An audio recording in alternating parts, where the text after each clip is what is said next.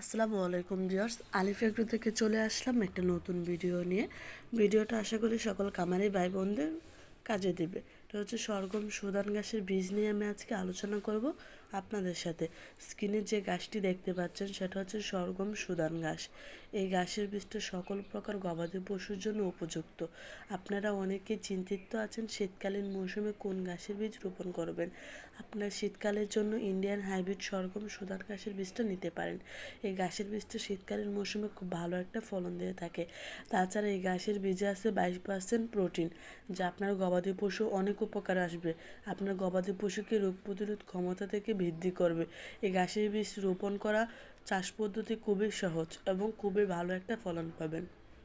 এই ঘাসের বীজটা একবার রোপণ করলে দ্বিতীয়বার আর চিন্তা করতে হয় না, কারণ এই ঘাসের বীজটা একবার রোপণের ফলেই আপনি 2 থেকে 3 বছর গবাদি পশুকে কেটে কেটে খাওয়াতে পারবেন।